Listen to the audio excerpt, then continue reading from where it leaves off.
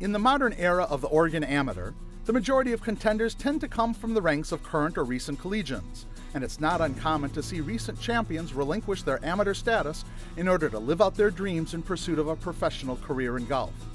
But for the first time in several years, the 101st Oregon Amateur Championship began with both the men's and women's defending champions in the field. Defending men's champion Andrew Vaharo of Bend showed the rest of the field that he was ready to pursue another title, shooting a 9-under par 66-69, all in the hopes of joining the list of Hall of Fame past champions such as Bruce Cudd, Dick Price, Lou Jennings, Frank Delp, and Oscar Willing, all who were able to win titles in consecutive years. In the men's field, the last time this was accomplished was Bob Prawl in 1963 and 64. Like Vaharo, defending champion Amy Beth Simonton of Lake Oswego also showed she planned on putting up a fight with consecutive even par rounds, taking medalist honors by 2 strokes over the rest of the field. The last time the defending women's champion was able to capture a second consecutive title was Kathleen Takaishi in 1998, the last time the championship was held at Willamette Valley. Like Vaharo, Simonton too wanted to place her name among the great amateurs able to win consecutive Oregon Amateur titles, including the likes of Pacific Northwest Golf Hall of Famers Marcia Fisher, Mary Budke, Marion McDougall, Carol Jo Cabler-Scala, and Grace DeMoss. The all-Southpaw men's final was a civil war of sorts, with Oregon State's Paul Peterson of Salem, Oregon, the reigning Oregon men's stroke play champion, coming out on top 4-2 over the most unlikely of the Oregon Ducks to make it through to the finals, Jack Payton of Hillsborough, California. Peterson opened the morning 18 at 2-under par 70, good enough for a 3-up lead going into the afternoon.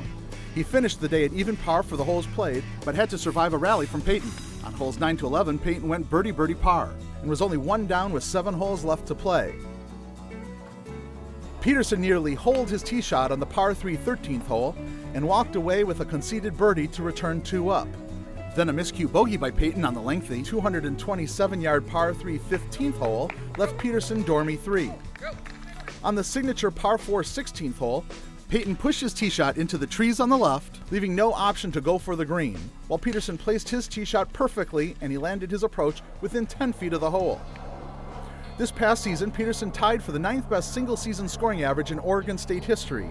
He's had much success in regional stroke play competitions at both the junior and adult levels, but match play titles had previously eluded him.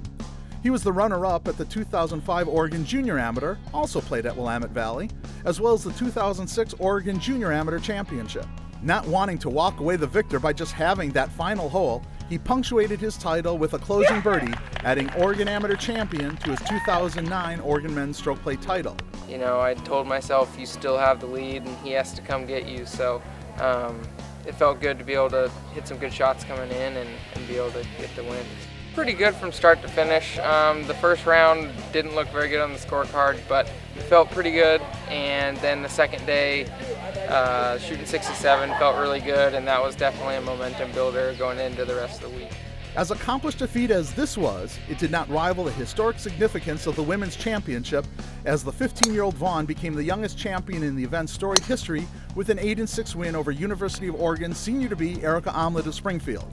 Vaughn earned her way into the final, edging out former 2008 Oregon Mid-Amateur and 2007 and 9 women's stroke play champion and perennial favorite Laura Tennant.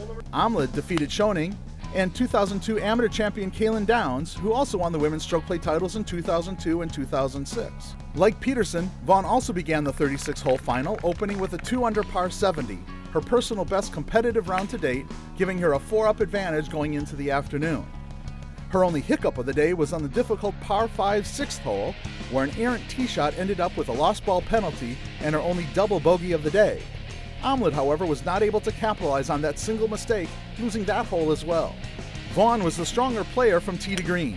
She outdistanced Omlet on most drives by 30 to 40 yards and was regularly in the middle of the fairway with a shorter iron to the green. Her putting was impeccable too, making nearly every clutch putt or chip to save or win a hole. Punctuating the day on the final hole, where she was dormy 7 and only needing to have the hole to win, Vaughn sunk a 30-foot birdie putt and take the title.